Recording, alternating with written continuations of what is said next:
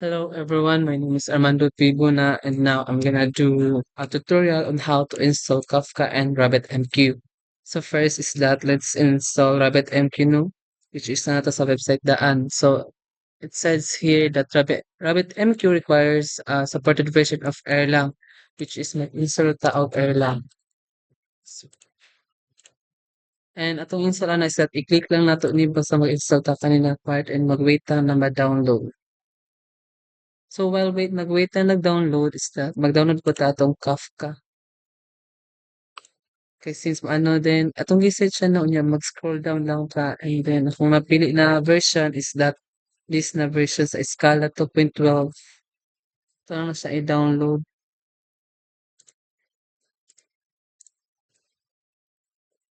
Okay na yung net.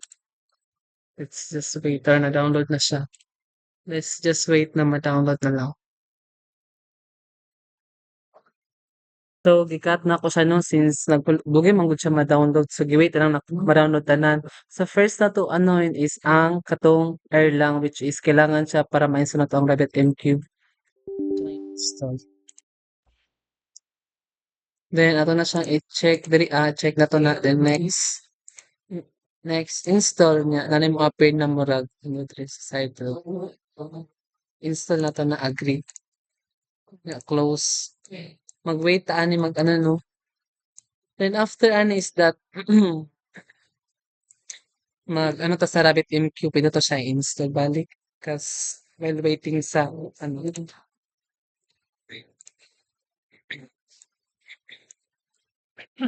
Excuse me.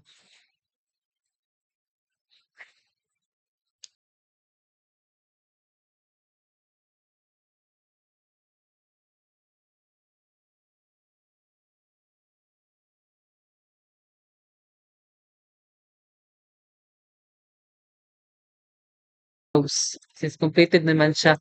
And then, ato sa RabbitMQ no, which is kani, katong install na to. Open na siya.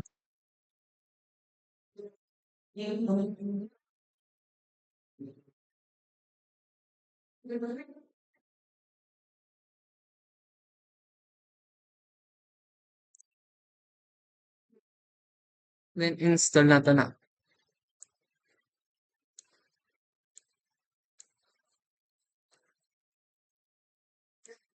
So before na to na siya ma-install is that need sa nato siya og Erlang no, which is nag-download ta, then gi-set up, then gi-install na to ni siya. Then lastly is ang Kafka. After ni siya maano, pwede na siya magamit.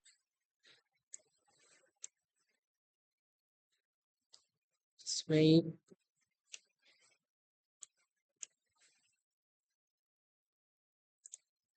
Then wait.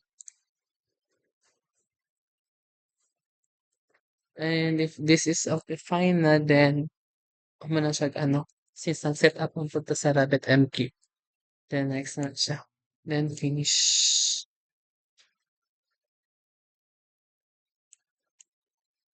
Then human na. Na-install na nato tong RabbitMQ. Then last is ang kaning Kafka. So ang Kafka no is that mag-ano, yan na to siya na open no. So para ma-save niya ang Kafka, kaya to pinatunto niya ato to sa file niya. Pag makita na to ni is that i-copy na to ni siya. Or copy, then let's go sa this PC and tanong to siya dito sa Acer, then di na to siya i-paste.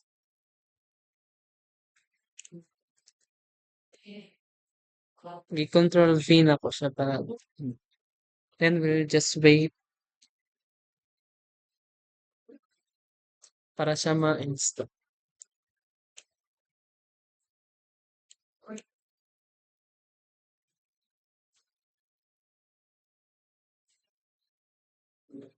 Wala na siya Kafka, right?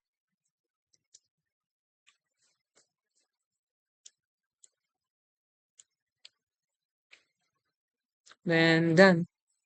Then sa pagka-connect is that kung gana ba niya ang Kafka to sa Windows, then ato diri sa CMD.